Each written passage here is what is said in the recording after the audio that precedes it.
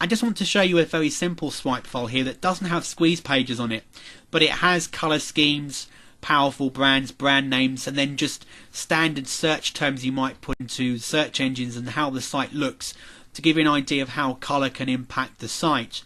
Now if we look at this one, Aston Martin is obviously a very prestigious brand of car. They're using the greyness of the outside of the car here with the grille, so we know what we're seeing on the page. It tells its own little story here and then gives us more information and really draws us in. Now Aston Martin, obviously, if you're going to the website, you know the brand already. You're not going to probably just happen across their site. So they've always got the branding that's in place in the marketing across the planet. This is just to then cement and back that up. If we type in wealth into our search engine, one of the sites on the first page we came to was Barclays Wealth. And if you remember, I spoke to you about colour psychology and black representing power and can be used very well. Here we've got some nice blues and greys, but we've also got the blackness as well. This does actually ooze power and wealth on this site. They've done it very well. If you go to Burger King's site, they keep with their colours. They've got orange here, but it's a very clean and fresh page. Nice subtle tones in the background that don't take away but help back up the content that's on the site. This is actually one of the areas of their site. If you go into Burger King's site, it takes you to different sections around the world. And then here we also have like an ad style again that is very similar in style and tones and designs. But again, we're using their yellows and their branding.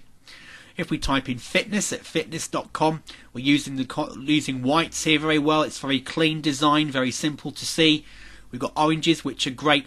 Orange is a very powerful colour. It's very good to use, but you've got to get the tones in that right on the site, because of people's monitor displays. Orange doesn't always come across very well unless you do it and get the right colours. It can look very bad on some people's monitors. Health.com.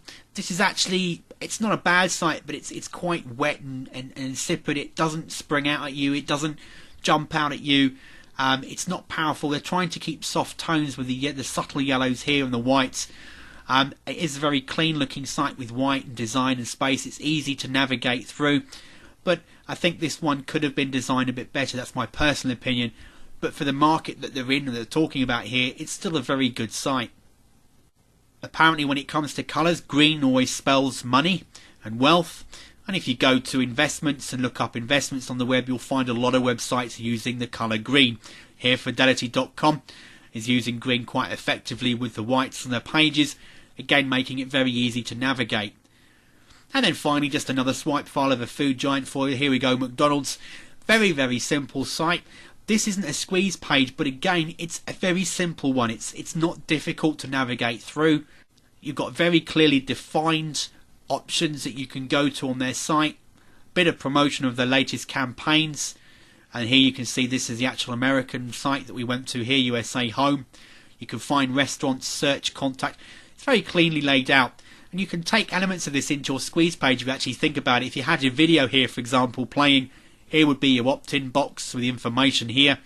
Here would be a headline instead of the actual navigation menu, and down the bottom here you might have your privacy policy and information on here as well, or some further information if you want to supply more information on your squeeze page.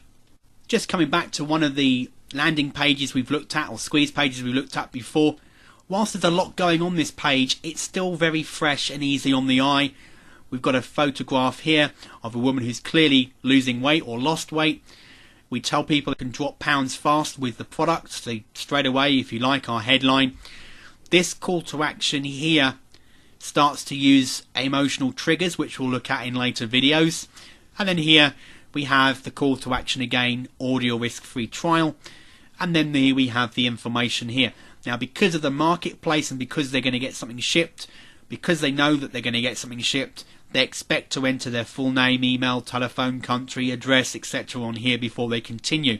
But again, if you've got a simple squeeze page, just testing with just email or just first name and email is a good place for you to start. But the point I really want to get across here is that you start to use swipe files to keep information of sites that you like the look of, to give you ideas for designs later and what you need to construct on your page, and also make sure that you split test your squeeze pages to get the optimum results that you can. And that covers the ideas for the layout and designs for you when putting together your squeeze page treasure.